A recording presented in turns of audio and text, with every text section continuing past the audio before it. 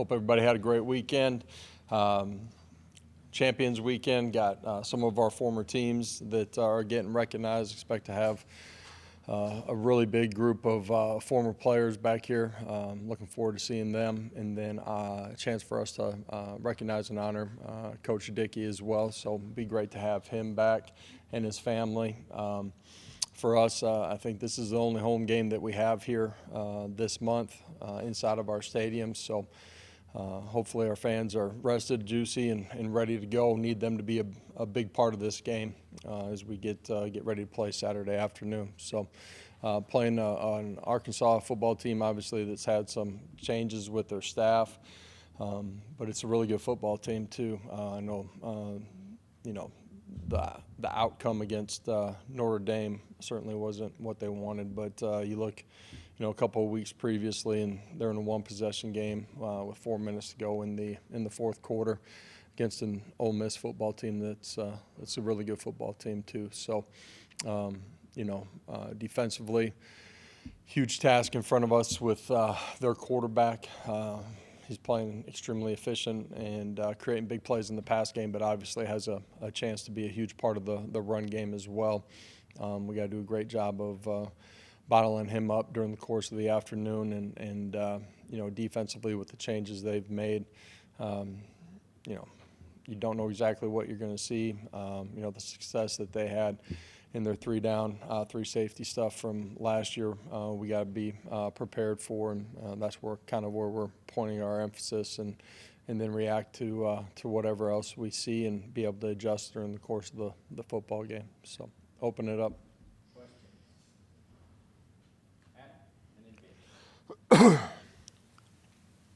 Off week, when you talk about the sort of the deep dive that you guys have had to go into with their new coaches, is that on analysts, like staff-wise? Who is it that's doing the deep dive, and how is that communicated to you guys and to coordinators? You're looking at everybody that they have, the changes that they've made, the history of what they've done, and it's everybody on our staff taking a look at it. Is there such thing as too much analysis on that, too much preparation, or is every bit of information about each of those coaches help? Well, I think it all matters. This is a unique situation, and so you prepare for what's on the tape, and you prepare for what potential unknowns could be as well. But you also understand that it's not going to be exact replicas of anything that you've seen on tape as well in this situation. So communication from staff and players will be really critical in this one. You talked last week about developing young players, getting them to earn your trust for playing time and just getting better. How did that play out for you, including your 2 young quarterbacks? Yeah, the days we had on the grass, they get an opportunity to go play and compete. And, again, it's fundamentals and then in the scope of your team stuff. And, some of that's, practice squad looks, some of it's good on good. And, so as a whole, I thought, we continued to get better through the course of the week. They had the right mindset when you're in the building, practice, weight room, meetings, what's important now, be dialed in. And I thought they handled that well. End of the week, coaches get on the road recruiting, and they get a little bit more time off, which, they need physically and mentally when you get this opportunity, and had good energy and focus today as we got started back. Coach, any decision on David Sanders and personnel up front, or not ready to share that yet this week? David's cleared to play. I mean, he'll be a part of what not ready to say anything on that. David's going to play. We're going to need all those guys, so. You said before you want more consistency in all 3 phases of the game. Just what specific areas do you focus on this week at practice preparing for Arkansas? Well, you're practicing and you want to see it in all areas. Defensively, I think as much as anything, it's communication. Fundamentally, there's some things that we missed as far as tackling a week ago. Offensively, all 11 being tied in together, some of the details in the pass game. And some in the run game too, and special teams, alignment, assignment, and communication. What kind of emphasis have you or will you have with the run defense this week, especially considering how electric Taylor Green can be when he uses his legs? Yeah, you got to play gap sound. You got to get off the blocks, and then, he's dynamic. He's got great long speed, and you got to be able to tackle him. And so in the different structures that we're playing, our gap integrity is going to be important.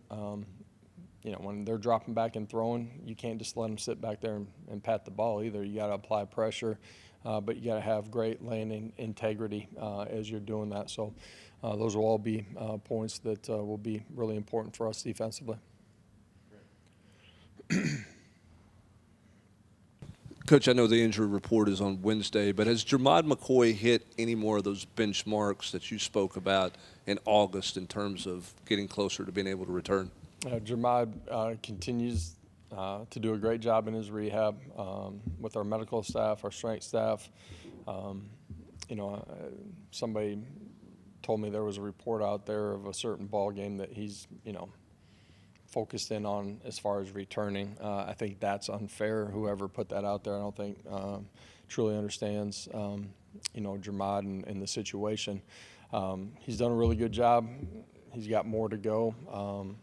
I think it's all about him being prepared to go play.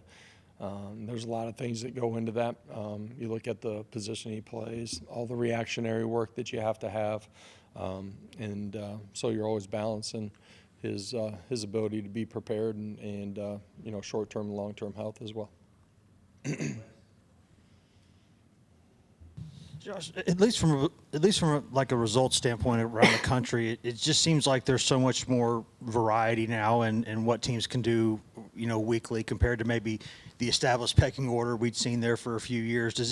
As you're watching things around the country, is there as much parity as it looks like there is? I think there is a bunch of parity. It's tough to go win on the road. I think some of the changes over the last 3-4 years inside of the landscape of college football have allowed there to be more parity as well, and people can patch their roster. There's no glaring deficiencies, and so it's tough to go win. You got to be at your best, and the margins are really small. What are some traits, attributes you see in typical Bobby Petrino coach teams, whether he's head coach or OC? Yeah, Bobby's done it at a really high level for a really long time. Has done it inside of the scope of this league. It's a good football team. I said that at the very beginning of this press conference. They've played well. They've maybe been on the wrong side of the scoreboard here a little bit, but it's a really good football team. And I think for everybody inside of that program, you understand that, man, we're going to get their best, and their best is really good. So we got to get prepared and go play really good football. Coach, you've had a lot of guys step up in the passing game, obviously, but in your offense specifically, how crucial was it that Braylon step up and be ready for that role in the slot? Yeah, I think that part of the football field, working in the middle of the football field, all the things that we ask of that guy, had great trust in him because of what he did all of last year, and I say that just in how he continued to grow in practice. And we get to the playoffs and he's playing a bunch of football, and it's one of the things that I've showed some of the young guys on our roster is continuing to prepare and get ready for your opportunity and be ready to hit it in the mouth when you get it. And great leader that's continuing to grow in that role, great work habits, really smart football player, understands defensive structures, the game, concepts at a really high level, and has the ability to make plays. In addition to that physical rest and recovery, how important during this past bye week is that mental reset and that self-reflection and that work off the field? Yeah, You get a chance, coaches and players together, look at what you've done up until this point and areas of growth that you need to have happen. That's individually as a player and collectively as a football team, and so you continue to work and compete. And the mental break, I think, is real in the game. You look at how long these guys have been going since beginning of August, and so it's an opportunity to kind of take a deep breath and enjoy a day off and then get back to work. Coach Joey talked last week about making sure his footwork was a little bit better. That's something he wanted to work on. Is that kind of what you're seeing leading to some of the high throws that he's had and some of the throws that maybe the ball placement hasn't been what he would want, what you guys would want? Yeah, there's a lot of details that go into playing that position at a really high level. Helping protection out when it's time to climb into the pocket, being at the right depth, and then, fundamentally being consistent in the right place to be as accurate as possible. So, absolutely. You mentioned the day off and the mental reset. Did the Heupel family get to do anything fun on the bye week? Hung out with the kids and watched a little bit of ball. Caught bits and pieces of early game and then late games at the end of the day. So it was a good break for us too.